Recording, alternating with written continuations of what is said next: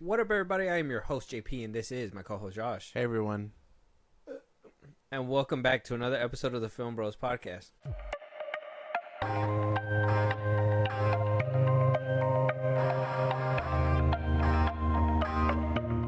All right, Josh. So, today, we got a fun... I don't think this episode is going to be super long, but we have a fun conversation about a certain film we watched, right? Yes. It was a tiny film. Good little hour and a half film, Yeah. honestly. We went into the theater. We left. Sun was still out. Yeah. Sun was still out. Yeah, Everything. yeah. I was just like, oh wow, I have so much more things to do now. like that's how quick it is. So, I don't think this episode is gonna be super long, but we're gonna give you another film that you guys should. We'll see if it's worth checking out, right? I would say it is, yeah. We'll see about if it's worth if it's worth checking out, right? Okay. With that being said, Josh, let them know what we are reviewing today. We are reviewing M. Night Shyamalan's Trap 2024.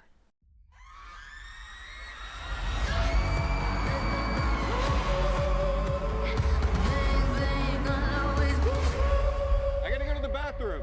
Okay, Dad.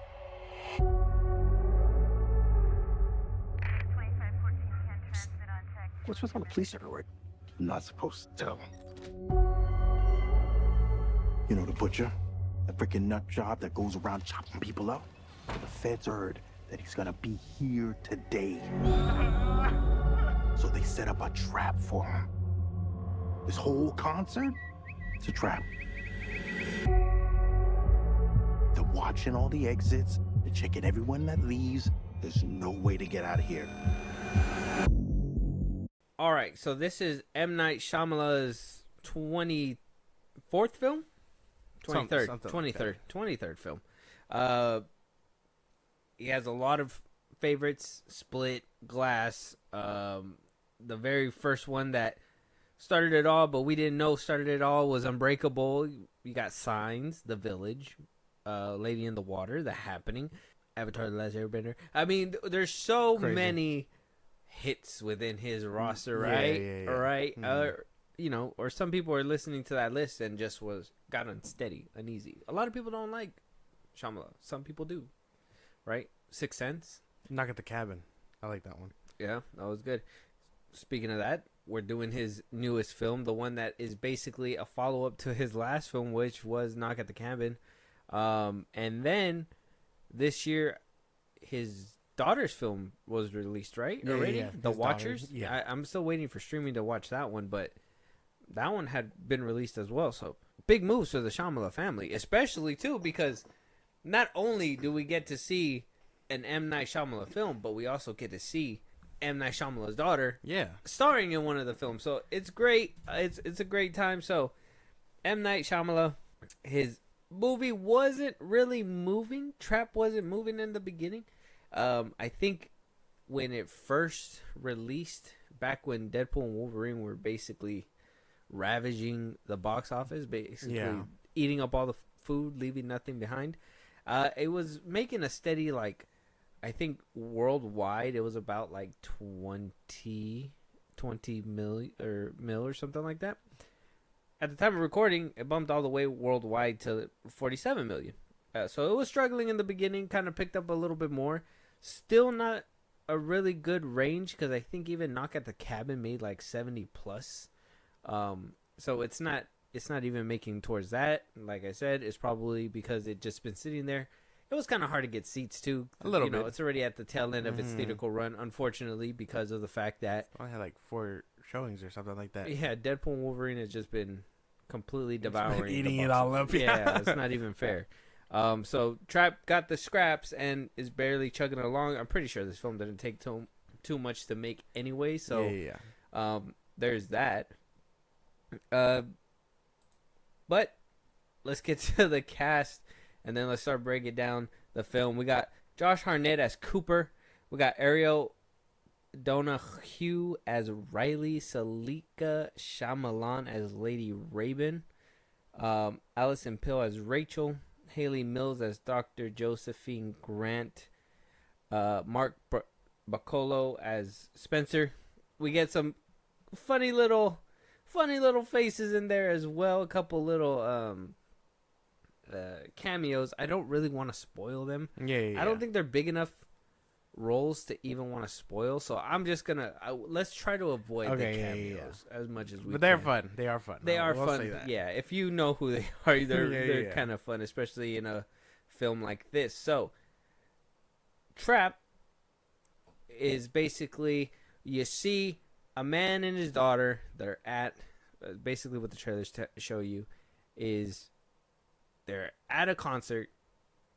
Lo and behold, they have trapped within the concert this mercenary called the Butcher, somebody who's killed a bunch of people apparently, and they got a tip that he's there, so they're trying to get him. He tries to escape, makes an escape, and the movie goes on. Probably that's a potential spoiler, but at the same time, I also thought the whole film was gonna take place in the theater from watching, or not the theater, the concert, from watching the trailer. So at least you guys know there's more to it than just that.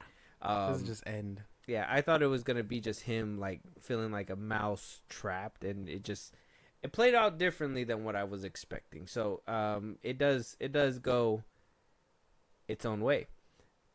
Josh, walking into this film, obviously we're M. Night Shyamalan fans.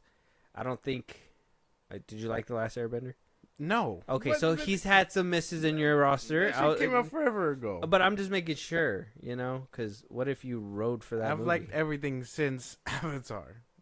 But, yeah, no. I was looking forward to this one. I don't know if I would have seen it in theaters. That's the big thing. Until you were like, let's go.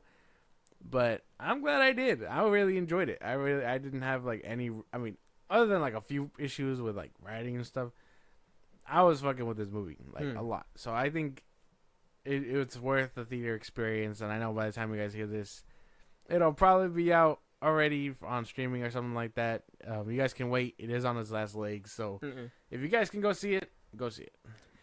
We only had, like, a few people in our theater. Yeah. One of them was, like, dying. Coughing. He just started, like, coughing up a lung. He was just like... like, towards the end. I was like, hey, man, you all right? Yeah, Maybe you should lay off the popcorn down there. That shit was crazy. It was just... And then his wife was just, like, letting it happen. So, crazy shit, man. Finally. What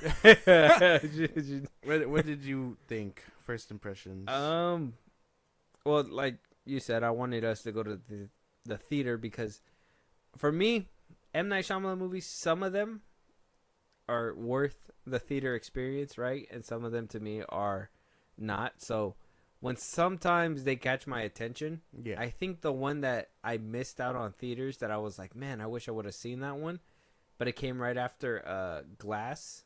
It was that old movie. Mm-hmm. I wanted to see that one, but I was like, I think I could wait. And when I watched it, I was like, damn, why did I wait? So I was just like, all right, I'm going to watch the next film that comes out, which was Knock at the Cabin. Yes. And then after that one, I was going to watch the next one, which was, this one. So let me just answer, was it worth the ticket? Yes, because I like the theater experience, but this movie could have been for streaming for sure. Like this one felt like a little rushed. I don't want to just say that because he even came out and said like this is the fastest script he ever wrote kind of thing. But you could tell. Shyamalan. Yeah. You didn't even have to tell me that. I probably would have been like, damn, he kind of threw it together. I felt like this was a speed run that he went through, right? Probably. I mean, the concept is like small. Yeah, it's not too big. And Shyamalan makes big money out of small concepts. Yeah, Let's just be honest with that. Like he does crazy numbers. Yeah. So with that, Josh, you want to start breaking it down character wise? We got Josh Hartnett, his Cooper, Ariel Donahue as Riley. Later on, we started seeing more of Lady Raven and whatnot. What do you think about the characters? How'd you feel about the dynamic? I liked mostly everything about the characters. I think the only one that we really focus on is Cooper, Josh Hartnett, which he knocks it out the fucking park. Like it's not till the end of the film when like you actually get depth with the characters and stuff. And I guess his daughter was cool, being a teenager and stuff. I mean, even Riley. later, yeah, Riley. Take it to the moon. For me. And then even Lady Raven, like, shit, I didn't know his daughter could like sing and stuff, and like she did the whole album. I told you she did like the whole album herself and stuff. So that's kind of crazy, but I was really invested in Cooper. I know the rest of the characters were again just side characters, but I think he's just the standing out because the movie focuses so much on him. Like he carries his bitch on his shoulders. Yeah, he does a really good job. I personally like his acting throughout the whole thing. Other than that, everybody else is. I think some of them like He was clearly the main character. yeah Like for a reason. For a reason, I will say, you know, everybody got to start somewhere, and I know this is his daughter's first like actual role in a film. Yeah. I don't want to say don't do your family favors like that, but like, you know, maybe we should send them through a couple acting classes before putting them on the big screen, you know? Not trying to I feel like it was very hard for me to take her serious in any of the scenes she was basically in. Nah, I didn't really feel that. I felt more like I think towards the end when like shit was going sideways for the character and stuff and the tensions were rising is when I felt she was doing really well. But I guess you could tell that she was kind of playing it off for the most part up until then. So What do you mean? like she was phoning it in. That's the term I was looking for. She was phoning it in up until the stakes were rising. But why would you phone it in when this is literally your first role? You should really be giving it your all. I don't know. She probably didn't consider that. And like I said, I thought she did pretty well towards the end. I think towards the end, when the stakes were going up in flames, like, is when she started really putting in effort. When she was doing the concert stuff, it was fine. That was okay. Well, the camera wasn't really on her. What outside of like yeah, and Lady Raven felt like, you know, what it's supposed to be, I guess. a whole teenage concert. I felt like they were making fun of Taylor Swift. I won't lie. This was a long ass concert. She had like 15 songs. That's how true. long. That's how long the album was. Mm-hmm. I looked it up because I was like, damn, some of the music was hitting, but like 15 songs, and it was a long ass concert. They were able to walk in and out of that bitch like freely as she was still performing. So That's true. She performed a lot of songs. A lot of songs. How many does it in a concert usually happen? probably, like if you're having, They gotta be like 15 usually. no, if you're having like other people performing and stuff, you probably get at most like 5 songs. But if this is a Taylor Swift concert, then this is Taylor Swift, yeah, no, Taylor Swift, she plays like 2 Catalogs. albums that she made at the same time. Like, Yeah. about the same dude. yeah. Like that shit's crazy. Don't come for us, Swifties. We're just poking light jabs at your god. But yeah. like, I think They're like, everybody, "You don't do that." yeah. Everything worked out for this movie, and again, I think Cooper, as simple as the story is, it really gives you, like I said, simple stories means depth for your characters, and we got a lot of shit going on with Cooper. He's not an okay dude. The trailer gives it up. He's the dude. He's the butcher. That's not a spoiler. That's in the fucking trailer. But he's the way they play, the way M. Night Shyamalan plays on that kind of thing is crazy. Yeah, the way they allude and stuff is worth checking out. I think it's really interesting because I do want to check this film out a second time when it is out on streaming because of the fact that, like, as it was going, you can see the little things he does. Yeah. And I want to see if I can catch that in the beginning again. So maybe that's worth checking out. But character-wise, yeah, everybody wears side characters for a reason. I don't even think the lady that played his wife did that well. But I think she did enough. That's the weird part I thought was crazy because, I mean, I swear we've seen her before, and then... And I swear she's acted, done better? Yeah, she's done other stuff. Allison Pill. Scott Pilgrim, Snowpiercer. She did do Scott Pilgrim. I knew I remembered her from there. Yeah, she's done other stuff, and I mean her chops show, but I don't know what happened here where maybe it was just supposed to be that way. I don't know if it was artistic choice from Shyamalan or not, but she was up again. Her character doesn't really do much up until the ending, and even then, it just feels weird. Oh yeah, she was in the Village movie, too. I remember that in the Village. You remember that movie? Mm-hmm. I don't know. I think Josh Hartnett deserves an award for this because not an award. I don't think an award, but He did very No, well. I think he deserves an award. He did pretty good. Really good. I mean, not an award, but he did do good. No, he deserves it. No, he but carried this bitch on his shoulders. He's no Denzel. Denzel probably gonna do this. Wow. When Gladiator 2 comes out, you're going to eat your words hard. If Gladiator 2, he's playing someone like this, then okay, then yeah, maybe there's a scale. But until then, no. I can see Jake Gyllenhaal doing something like this. Oh, Jake Gyllenhaal. And he'd get an fucking award. Eat this roll up. He'd probably get an award. He'd eat this roll up, but he's too expensive, probably. Nah, if M. Night Shyamalan really wanted it to work. M. Night Shyamalan is the dude that's like, the main actor's like, how are you going to pay me? He's like, Chris Pie 5? Yeah. Like, man, we not doing a lot here, bro. Yeah. I don't know what you think this is. I got Domino's in the back seat, bro. Yeah. Just for you. Yeah. But, yeah, no. I think Josh Hartnett really does really good stuff. And, I mean, yeah, his performance and all that can be credited. And we can totally run in through all the, like, small bits of, like, that he does. But I think a lot of it comes from the camera work, too. Oh, yeah. Because there's not much CGI here. Cinematography. Yeah, no, there's not a lot. I don't think there's any CGI outside of like the background for the city sometime. Mm-hmm. But other than that, the camera work goes insane. Their whole thing is they're portraying like this whole like I don't even know what they call him, like psychopath, where he's just acting normal and doing all this stuff like an average person, but deep inside he's fucking crazy. Like, M. Night Shyamalan uses the camera to do storytelling very well. And if you've seen his other movies, you know exactly what you're getting into with this one. Yeah.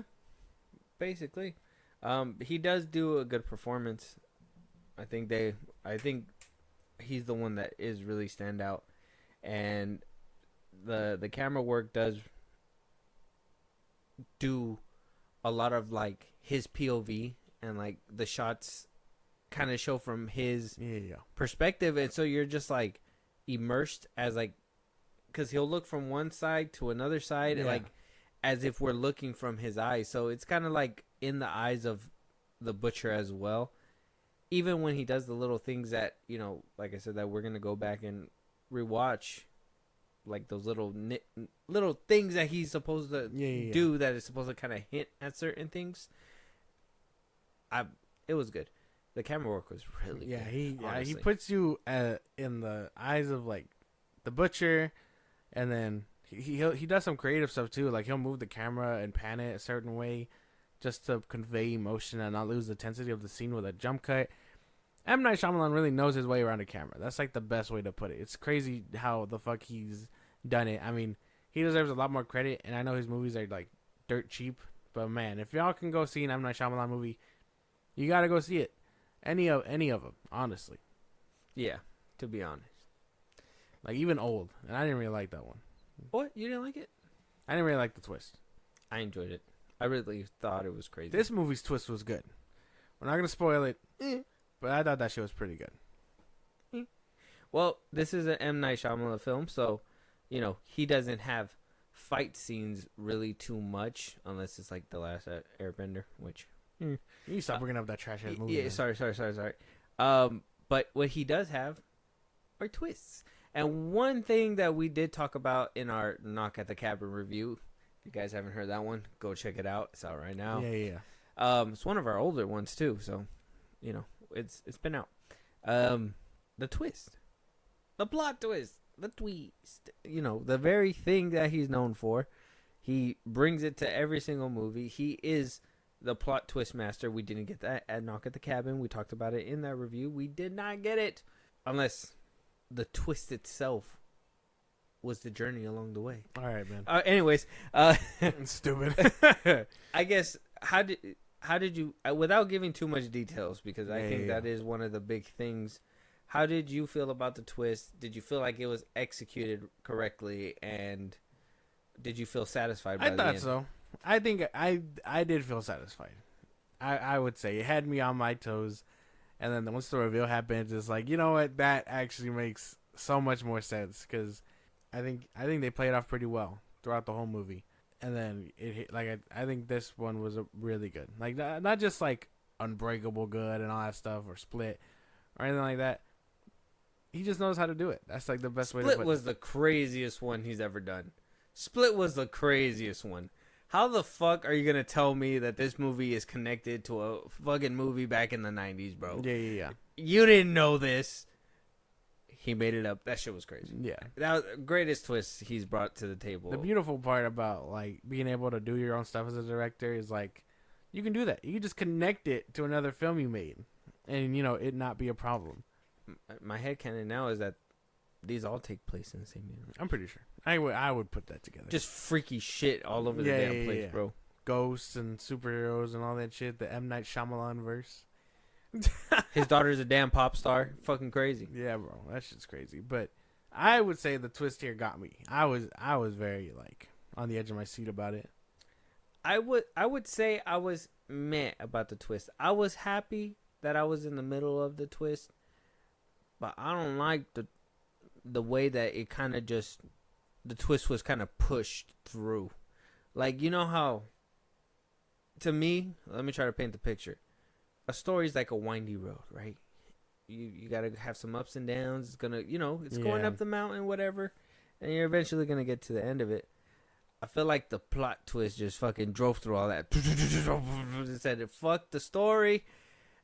Let's go. Like, the story needs to service the plot twist. That's what I felt. Like, the plot twist didn't happen naturally. I kind of felt like it was kind of forced. I didn't enjoy it. Without spoiling it, I need a little bit more because that doesn't. I don't think that makes no because sense. I told you, during the after the film, there was a lot of situations that were kind of allowed to happen. Yeah. There was a lot of situations where you're like, how was he able to do that? A crowd full of people, you swap. You know what I mean? Yeah. There's a lot of it. I'm trying to be vague. I'm not trying to be too in detail to keep kind of some spoilers there for you guys, or some non-spoiler stuff there for you guys. But like, there was just a few things that just felt like it had to happen in order for the twist to happen, and it didn't work out for me, unfortunately. Yeah, but does that really have to do with the twist? Well, because there's those natural twists where it's like, like I said, the end of Split. The camera pans, you're at a different spot, boom, you find out you're in the same one. Next movie sets up something new, you know what I mean? So it was a twist, and then I think the original twist within Split, let's just say, is that he was actually a monster this whole time. Like, he could actually change himself or whatever. Like, that was crazy. That was pretty cool. Yeah. Old, I mean, you said you didn't like it, but that one was kind of like a little bit more fluid than this one. This one kind of felt like I said, shit had to happen in order for it to happen. It was just too much. I don't feel it. You just couldn't overlook the like I said, as long as you can realize that there were some scenes where like they just let him go, that just proves my point. You don't have to see it. It just proves my point. Well, no, because okay. Well, like, because a character can do all that stuff. The story obviously has to play out, but I'm not understanding where you mean like the twist happens and it's just so to go boom boom boom. Like, okay, that's the hard part I'm grasping, because those scenes lead up to it. And you can have a problem with those scenes, but the twist itself was really good. You get what I'm saying? Fuck. Okay, this is gonna have to get a little spoiler. It's gonna have to get a little spoiler because I think I was hoping you were gonna get every single like instance, but let's just say, try to keep it as vague as I can, so you can understand. The powder scene, where he, at the plate, does the thing, and then he looks at her and is like, "You did this, right?" And it's like, okay.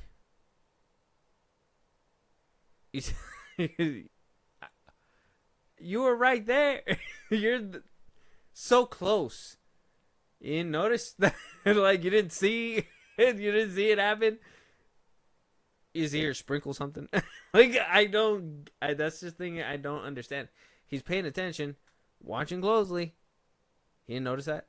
Probably not. I mean, he was under a lot of distress. his And then his whole thing is coming down. that scene, though it was cool, whatever. Gouging eyes, left alone. In my opinion, I think there should have been, a couple click, click, click instead of taser. But it didn't play out that way. Yeah, see, so like that's what I mean. So you can have a problem with before and after, but you didn't think that the twist was good. No, because it was forced. There was a lot of scenes like that. That's what I'm telling you. Like I even don't think so. even the scenes that set up the twist part, where he escapes, somehow is able to talk to Raven Solo Dolo, was able to drive off. Go play. Let me ask you something. He got rid of the phone. How'd he find the limo? How'd they find the limo? There's a tracker in the limo. Someone probably called the cops. Someone called the cops. And they arrived expeditiously. I guess. Like, white woman in danger. I guess. I don't know. If they're patrolling the city, someone had to be close by. It was the strike force. It was the What? It was the strike force. Yeah, they're still on call for that fucking guy. And you tell someone, hey, it's the guy we were looking for. They're gonna send out the people, especially if they're already out and about. Right. They were at his house the first time. They're probably still out searching for him. Yeah. I feel like you. I feel like you see it. I feel like you see it. I can't. Well, I see like the scenes. Like, yeah, no, there were a bunch of questionable moments, but like, I don't think it affects it too much. Guy in the crowd was able to take another soldier's uniform in front of the soldiers and place it within a vehicle well propped. It's perfect enough to distract them. He took off his own uniform. Oh, yeah, I guess you're right. And if he had normal clothes underneath? No, it was like a hoodie and stuff. Like if he took it from somebody in the crowd. It was weird. I don't know. Like I said, that like questionable moments for sure. Questionable moments. I guess that's something for the audience to check out the movie and let us know when it comes to that one. That giving away too much, I guess. Yeah, I don't want to go too far. But other than that, all in all, even though the twist didn't really do it for me, I did appreciate the ending. The ending was nice. Left me pretty much like, okay, yeah, fucking Shyamalan film. You got what I got what I came for. Did I feel like it was the fast food version of what I was expecting? Yeah. Instead of instead of getting like a Freddy's burger or something, or like In-N-Out, they fucking gave me a Big Mac, and not like an old Big Mac when McDonald's was like actually good, like a new one that's like this big. Oh, okay. Like about 2 fingers. Yeah. But other than that, I think we hit all the spots. Josh? Yeah, this movie was short, and again, he does a lot with short scripts. You're just gonna have to see it to know what we're talking about, because the camera work is off the chain. Yeah, and I gotta say just bear with the writing. It was one of the fastest things that he made. He said so. Yeah, and you could tell. One more time. Yeah, I guess yeah. Some of the lines were very questionable. You're like, well, this isn't how a teen talks. Like, this is fucking insane. So I get it. Some of that stuff can be tough if you've never talked to a teenager before. But I mean, I thought it was pretty solid for the most part. Yeah. All right. Well, time for rating. Yeah, 1 to 10. 1 being the worst, 10 being the best, and 5 being in the middle. Go ahead. I wasn't expecting to like it this much, but I think I was very intrigued, like outside of the writing and stuff. I was very intrigued with the camera angle and the character himself, Cooper, because of how well shit was happening. I really like this movie, but it is kind of short, and again, I guess some writing problems does happen. I did like the twist. I gotta give it like an 8 out of 10. I really enjoyed this one. Your scale's off the. what you said. The writing was kind of not really good. The twist was okay, kind of forced. The ending was nice. I did enjoy the characters. I did. Like Riley, I liked her. I was like, it kind of sucked that she kind of was put to the side, but I was really enjoying her character. I don't know why that decision was made, you know, in favor of Lady Raven. I would have liked to see that dynamic of like him and his daughter and that tension that we were getting in the beginning. So the fact that we didn't explore that more and like what kind of effect that had on her kind of hurt. But other than that, I mean, it was an M. Night Shyamalan film, baby. That shit was... The camera work was pretty solid. Like I said, likable characters. Josh Hartnett knocked it out the park. He literally picked a good casting to like perform that whole like switch it on, switch it off. Yeah. In a quick moment. A lot of his facial expressions are great in this film. Yeah, an M. Night Shyamalan film. Man, casting your daughter, bro, like, I get it. Oh, my gosh. But you just gotta know when not to do that. And in this movie, it probably would have been the better idea to keep her as a side character instead of putting her... Like, I didn't mind up until the point where it felt like now she's along for the ride, I guess. Yeah. I was okay with, in the beginning, saying, oh, okay, she's gonna say bye to you, whatever, blah, blah, blah. And then she was along for the ride. So I was like, oh, fuck, here we are. So... all in all, I give it a 6. It was good. Okay. But rewatchable for me, but just not as amazing I was hoping for it to be. I give it a 6.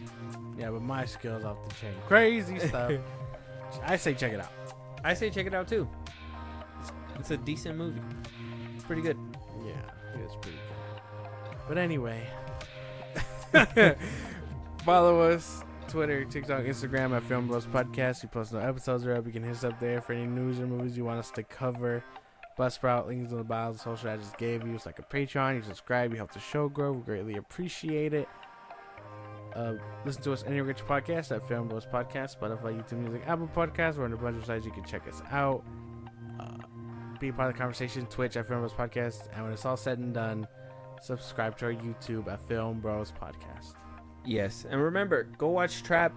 Let us know what other movies you guys want us to review. Let us know what you guys thought about the movie, and we'll talk to you guys on the next one. Talk to you guys later.